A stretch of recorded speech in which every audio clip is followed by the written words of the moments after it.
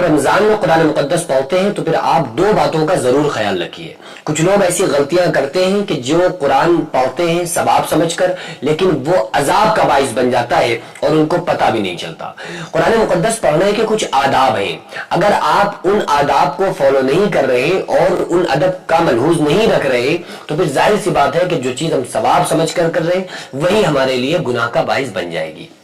قرآن کریم تو اللہ رب العالمین کا کلام ہے اور اس کو پڑھنے کے کچھ اصول، کچھ چیزیں ہیں، کچھ آداب ہیں جن کو انسان کو ملحوظ رکھنا پڑے گا۔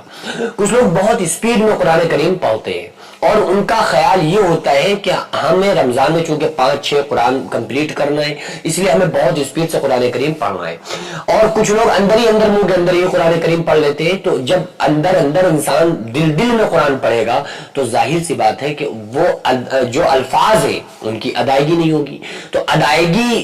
کا ادا ہونا بہت ضروری ہے کہ جو آپ ادائیگی الفاظ نکل رہے نا تو زبان سے تو کم الفاظ نکلے۔ کچھ لوگ وہ اندر ہی اندر من میں قرآن کریم پڑھ رہے ہوتے ہیں۔ تو بھائی قرآن کو اتنی آواز سے پڑھیں کہ آپ کے آواز آپ کے کان سن سکیں، آپ کی آواز آپ کے کانوں تک پہنچ سکے، کیونکہ جب آپ اتنی آواز سے پڑھیں گے نا، عورتیں یا اپنے گھروں میں پڑھیں، عورتیں جو قرآن مقدس پڑھتی ہیں تو وہ اتنی آواز سے قرآن کریم کو پڑھیں کہ خود ان کے کان میں ان کی پڑھنے کی آواز پہنچ سکے۔ ایسا نہیں ہوگا تو بھی ظاہر سی بات ہے زبان سے الفاظ نہیں نکلیں گے۔ جب اندر ہی اندر آپ دل میں پڑھ لو تو ظاہر سی بات ہے زبان سے الفاظ تو نکلیں گے نہیں۔ جب الفاظ زبان سے نہیں نکلیں گے تو ادائیگی ہی نہیں ہو سکتی ہے۔ تو اس لیے پہلی یہ غلطی نہیں کرنا ہے، ہمیں اتنی آواز میں قرآن کریم پڑھنا چاہیے کہ ہمارے کم سے کم ہمارے کانوں تک آواز پہنچے، پہلا کام۔ دوسرے، اس چیز پر ہمیں لوگوں کو عمل کرنا چاہیے کہ قرآن کریم کو ہم یہ ٹارگٹ بنا کے فکس کر کے بالکل نہ پڑھیں کہ ہمیں 6 پڑھنا ہے، 7 پڑھنا ہے، 5 پڑھنا ہے، 3 پڑھنا ہے، اور فوقیت کے طور پر ہرگز نہیں۔ اللہ کا کلام ہے اور اللہ تعالیٰ فرماتا ہے وَرَتِّلِ الْقُرْآنَ تَرْتِیلًا، اس کو ترتیل کے ساتھ پڑھنا چاہیے۔ اور اس کے پڑھنے کی اسپیڈ کیا ہونا چاہیے، کس طرح سے پڑھنا چاہیے، میں آپ کو تھوڑا سا سورہ فاتحہ پڑھ کے سنا دیتا ہوں کہ کم سے کم ایسی آپ کی اسپیڈ ہو، اس سے زیادہ آپ کی اسپیڈ اگر ہو رہی ہے تو پھر مخارج کی ادائیگی نہیں ہو پائے گی۔ میں پڑھتا ہوں، آپ لوگ اس اسپیڈ کو ذہن میں رکھیے کہ بس اس طرح سے پڑھیں گے تو بالکل نارمل ہو۔ اعوذ باللہ من الشیطان الرجیم، بسم اللہ الرحمن الرحیم، الحمد للہ رب العالمین، الرحمن الرحیم،